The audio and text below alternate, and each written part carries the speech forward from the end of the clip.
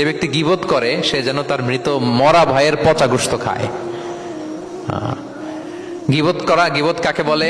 রাসূল সাল্লাল্লাহু আলাইহি ওয়াসাল্লাম বলেন, গীবত হচ্ছে যিকরুকা আখাকা বিমা ইয়াকরাহু, তোমার ভাইয়ের অনুপস্থিতিতে তোমার ভাই সম্পর্কে এমন কিছু বলা যেটা শুনলে সে অপছন্দ করে, এমন কিছু বলা যেটা শোনা সে পছন্দ করে না। তো এক সাহাবী বলেন, ইয়া রাসূলুল্লাহ আফারাআইতা ইন কানা ফি মা আকুল, হে আল্লাহর রাসূল, আমার ভাইয়ের মধ্যে যদি আসলেই সেই সমস্যাটা থাকে তাইলেও কি গীবত হবে? রাসূল সাল্লাল্লাহু আলাইহি ওয়াসাল্লাম বললেন, আরে তাইলেই তো গীবত হবে।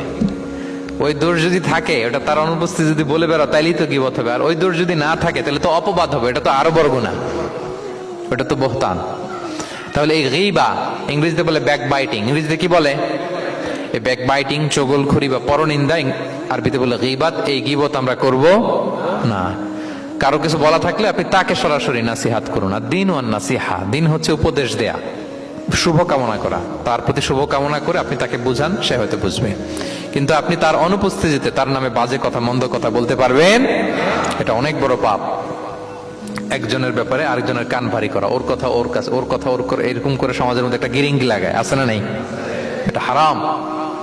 রাসূল সাল্লাল্লাহু আলাইহি ওয়াসাল্লাম বলেন, মেরাজের রাত্রে আমি দেখেছি কিছু লোক লাহুম আদফার মিন নুহাস, তাদের নখগুলো তামা দিয়ে তৈরি, নখর ধারালো, ইয়াখদাশুনা বিহা উজুহাহুম ওয়া সুদুরহুম, তারা তাদের নিজের নখ দিয়ে নিজের গালের গোশত, বুকের গোশতগুলো টেনে টেনে ছিটছে।